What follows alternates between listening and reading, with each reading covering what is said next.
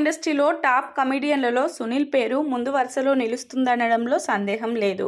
బంతి, Karri Srinu, నల్లబాలుడు, bunk Srinu, punch Falaknuma, గాలి శ్రీను, బుల్లబ్బాయి ఇలా చెప్పుకుంటూ పోతే సునీల్ చేసిన ప్రతి కామెడీ పాత్ర కూడా తెలుగు ప్రేక్షకులను పొట్ట చెక్కలయ్యేలా నవ్వించింది.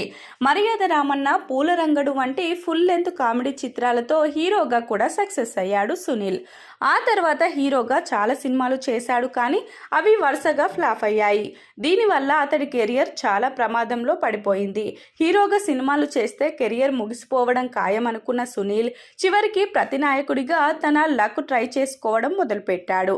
అదృష్టం కొద్దీ విలన్గా క్లిక్ అయ్యాడు. సునీల్ పుష్ప సినిమా తర్వాత 2022లో ఏకంగా 17 సినిమాల్లో నటించాడు. 2023లో 12 సినిమాలు చేశాడు. ఈ సంవత్సరం అతడు నటించిన 7 సినిమాలు ఆల్రెడీ విడుదలయ్యాయి. ఈ నటుడు ఇప్పుడు పుష్ప 2 గేమ్ చేంజర్ సినిమాలో నటిస్తున్నాడు. వీటితో సునీల్ రేంజ్ మరో స్టేజ్ కు చేరుకునే అవకాశం ఉంటుంది. తెలుగులో కలర్ ఫోటో, పుష్ప తర్వాత మంచి విలన్ గా పేరు తెచ్చుకున్నాడు సునీల్. వీటి తర్వాత తమిళంలో బాగా ఆయనకు అవకాశాలు వచ్చాయి.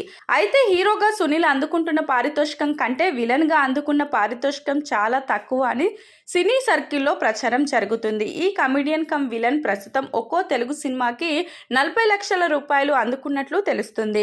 కోలీవుడ్ ఇండస్ట్రీలో మాత్రం మంచి డిమాండ్ ఉండడం వల్ల 60 లక్షల రూపాయల నుంచి 80 లక్షలు తీసుకుంటున్నట్లు తెలుస్తుంది.